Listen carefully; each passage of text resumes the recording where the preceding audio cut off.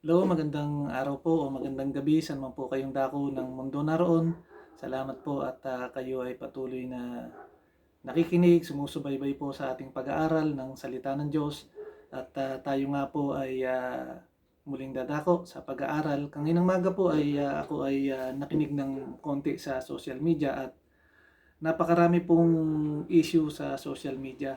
At kung ito po ay susubaybayan natin, ay hindi po natin makikita yung tunay na issue po. Ang tunay na issue po ay ang kasalanan, kung bakit po nagkakaganon, kung bakit nagkakaganyan. Ang kasalanan po ang tunay na issue. Katulad po ngayon na napakarami pong event na nangyayari sa ating mundo. Isa na po itong pandemic na COVID-19 pandemic. Naniniwala po ako na bawat event po na nangyayari sa ating mundo ay nananawagan ng Diyos ng repentance po. Kaya ito po ang ating magiging topic patungkol sa repentance. Bakit ko po nasabi yan? Ang sabi po sa Revelation, basahin po natin. Sabi po sa Revelation chapter 9 verse 20 to 21, ang sabi po dito ay, the rest of mankind that were not killed by this plague still did not repent of the work of their hands.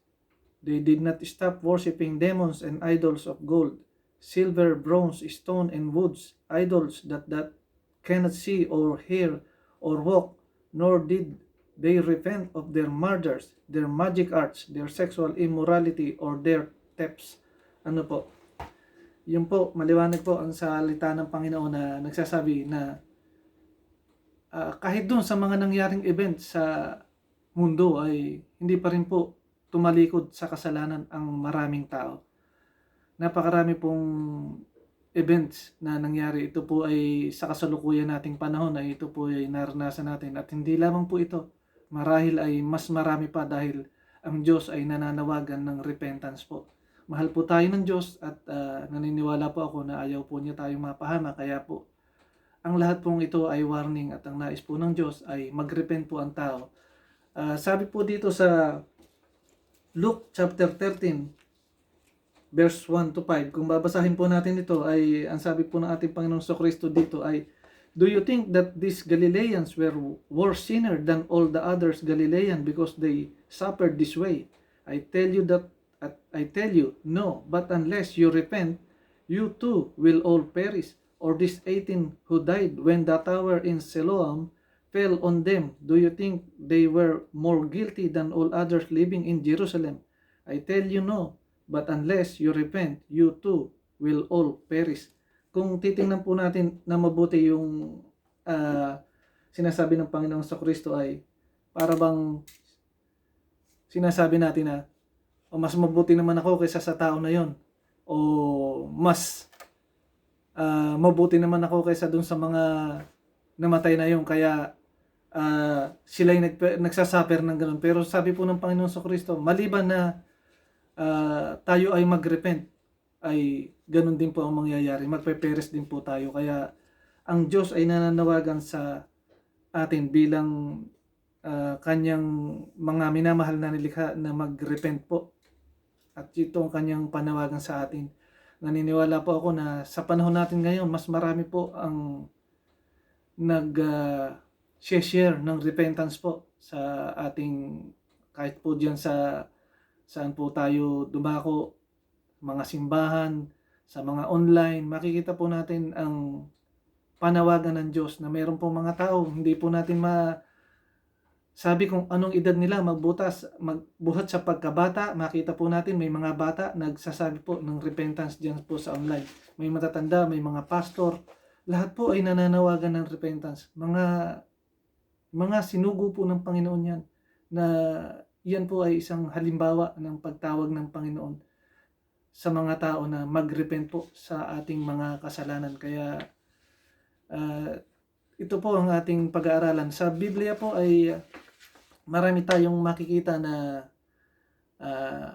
reference patungkol sa repentance. Pero kukuha lamang po tayo ng tatlong C ang kukunin po natin. Change.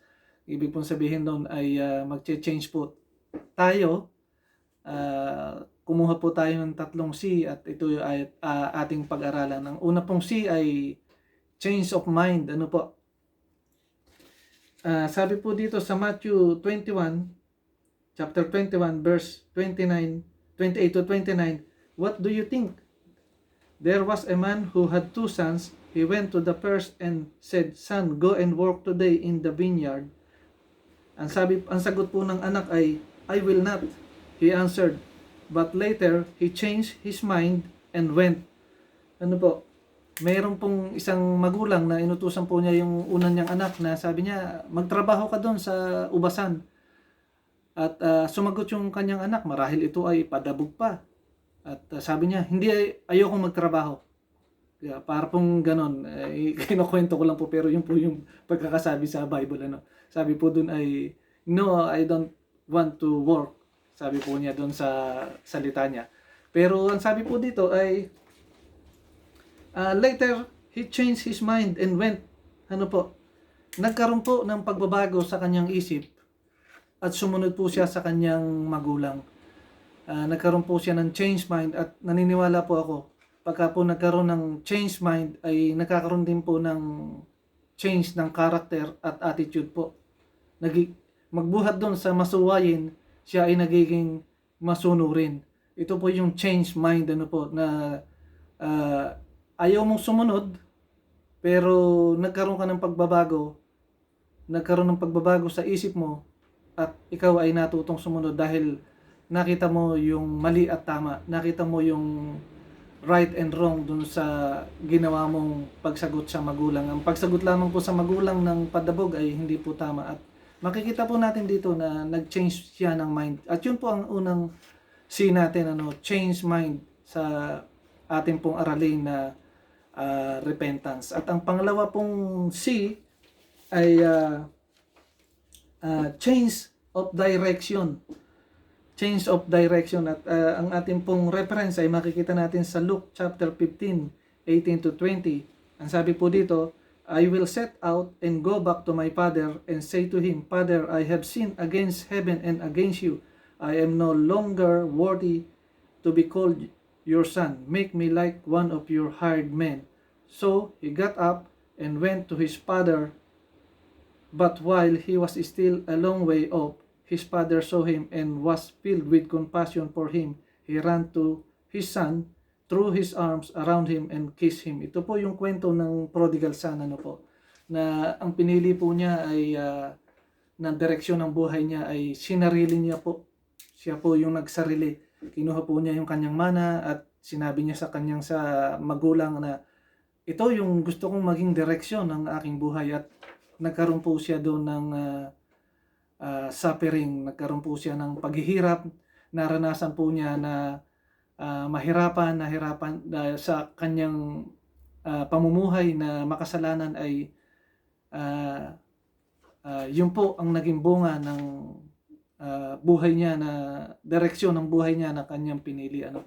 Nahirapan siya, na-experience niya ang magutom, na-experience siya na wala siyang maging ang kaibigan niya hindi siya tinutulungan. Kaya nagkaroon po siya ng desisyon, nagkaroon po siya ng na-realize niya na mali ang tama ang kanyang ginawa, at siya ay naisip niya na bumalik doon sa kanyang ama. At ito po yung tinatawag natin na 180 degrees turn.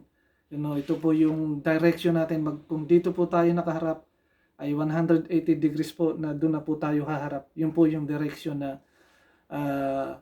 atin pong dapat natahakin. Kaya po ang pangalawa nating C ay change of direction. Ito po yung buhat sa masamang uri ng pamumuhay na ginagawa natin, ay tinalikuran na po natin yun, at narito po yung isang panibagong buhay na kung saan ay mararanasan natin yung pagsama ng Diyos sa atin.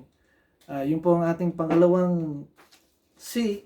At ito pong ating pangatlong C ay mahalaga po ito dahil dito po nakasalalay ang ating spiritual o eternity na kalagayan. Marahil ay masakit itong pakinggan o mayroong tatamaan, pero kailangan po natin itong pag-aralan upang makita po natin hindi po ito dapat mapahiwalay doon sa dalawang C na una nating pinag-aralan ko. Hindi, ang lahat pong ito ay magkakasama po. itong pangatlong C na ating pag-aaralan. Ang pangatlong C po natin ay change of belief. Ang sabi po sa Thessalonians 1:9, for they themselves report what kind of reception you gave us. They tell how you turn to God from idols to serve the living and true God. Si Apostol Pablo po ang nagsasalita dito na ang mga taga-Salonica po ay maganda ang pakiharap sa kanila, at nang sila po ay sinyera ng gospel ng ating Panginoong Kristo ay malagod po nilang tinanggap ang gospel ng ating Panginoong Kristo at tumalikod po sila doon sa mga Diyos-Diyosan na kanila pong dating pinaniniwalaan. Ano po? Ito po yung kanilang dating pinaniniwalaan na mga Diyos, at ang sabi po doon ni Pablo ay tinilakuran nila at sila ay bumaling sa Diyos na buhay.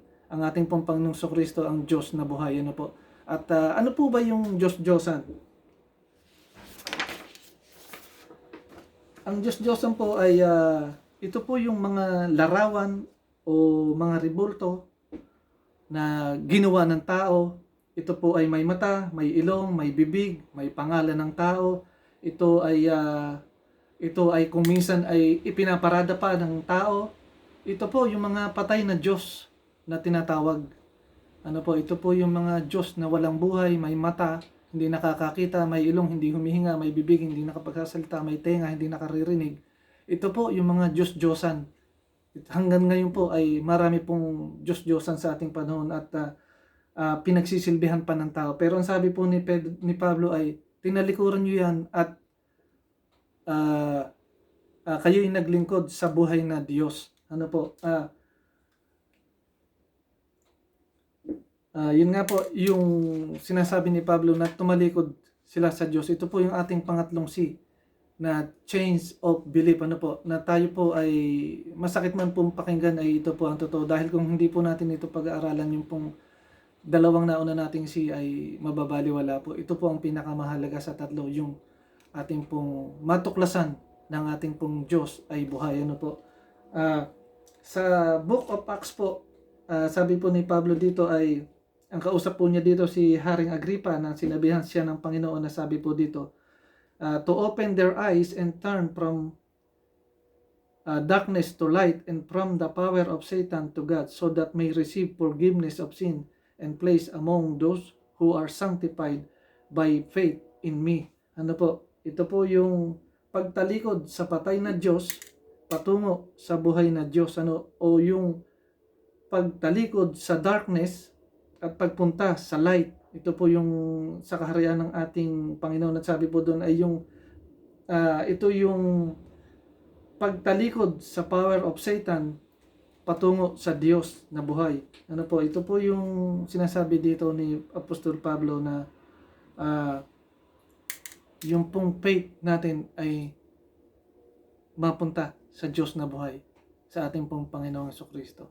Ang sabi po doon sa 1 John 5, chapter 20 to 21, ang sabi po dito ay, we know also that the Son of God has come and has given us understanding so that we may know Him who is true.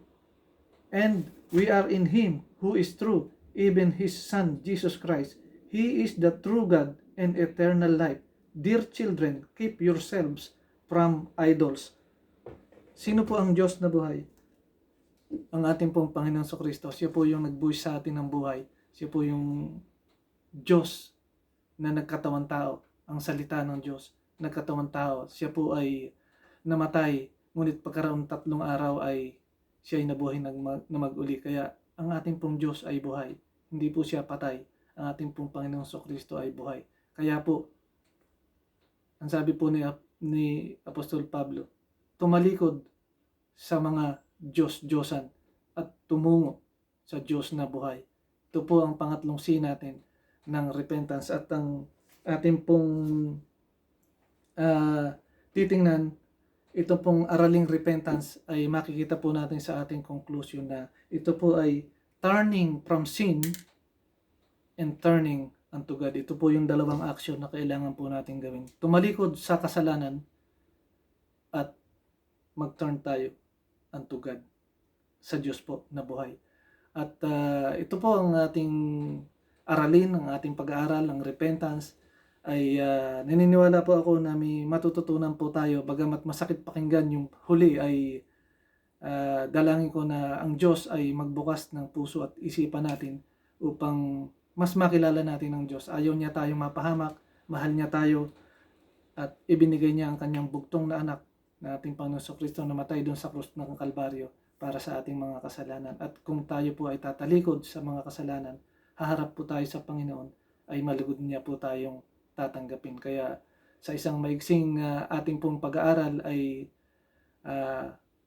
tayo po ay manalangin, at kung sino man po na naisin nyo, kung sino man po sa atin na hindi pa po nakakawala sa mga bisyo po, kung hindi pa po tayo nakawawala sa panonood ng mga mahahalay na pelikula, mahahalay na video, mga pornography, kung hindi pa po kayo nakakalaya dyan, o mga bisyo, alcohol, sigarilyo, at kung ano-ano pa pong bisyo na hindi nyo gusto sa inyong sarili, ayaw nyo na, gusto nyo ng talikuran, ang ating pong Panginoong Kristo, bibigyan po kayo ng lakas upang yan ay maiwasan at matalikuran, dahil yan po ang gusto niya sa atin.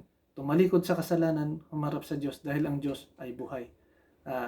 Tayo po ay magpe-pray, at kung sino man po ang nais na tumanggap sa ating Panginoong Kristo bilang Diyos at sariling tagapagligtas ng kanyang buhay, ay sumunod lamang po sa panalangin ito ng mayroon pong taos sa puso, at ito po ay ipahahayag ng ating mga labi bilang action po ng ating faith sa ating Panginoong Kristo. Dakilang Diyos, aming amang sumasalangit, naniniwala po ako na ang Panginoong Kristo ay namatay sa krus ng Kalbaryo at nabuhay na mag-uli pagkaraan ng 3 araw upang kami, ako, ay bigyan ng buhay na walang hanggan. At binubuksan ko nga po ang aking puso, ang aking buhay, na anyayahan kita, Lord Jesus, sa pamamagitan ng iyong Santong Espiritu. Pumasok ka po sa aking buhay, tinatanggap kita bilang aking Panginoon, Diyos at sariling tagapagligtas ng aking buhay. At magmula po ngayon ay ilid niyo po ako sa katotohanan ng iyong salita. Tulungan niyo po ako, bigyan niyo po ako ng lakas upang umiwas sa lahat ng mga kasalanan na nais ko pong talikuran. At i-purify niyo lamang po ako ng iyong banal na dugo. Ito po ang aking dalangin sa pangalan ni Jesus. Amen. Kapatid, kung sino man ang tumanggap sa Panginoon, ang sabi po doon ay pinagkalooban niya ng karapatang maging anak ng Diyos.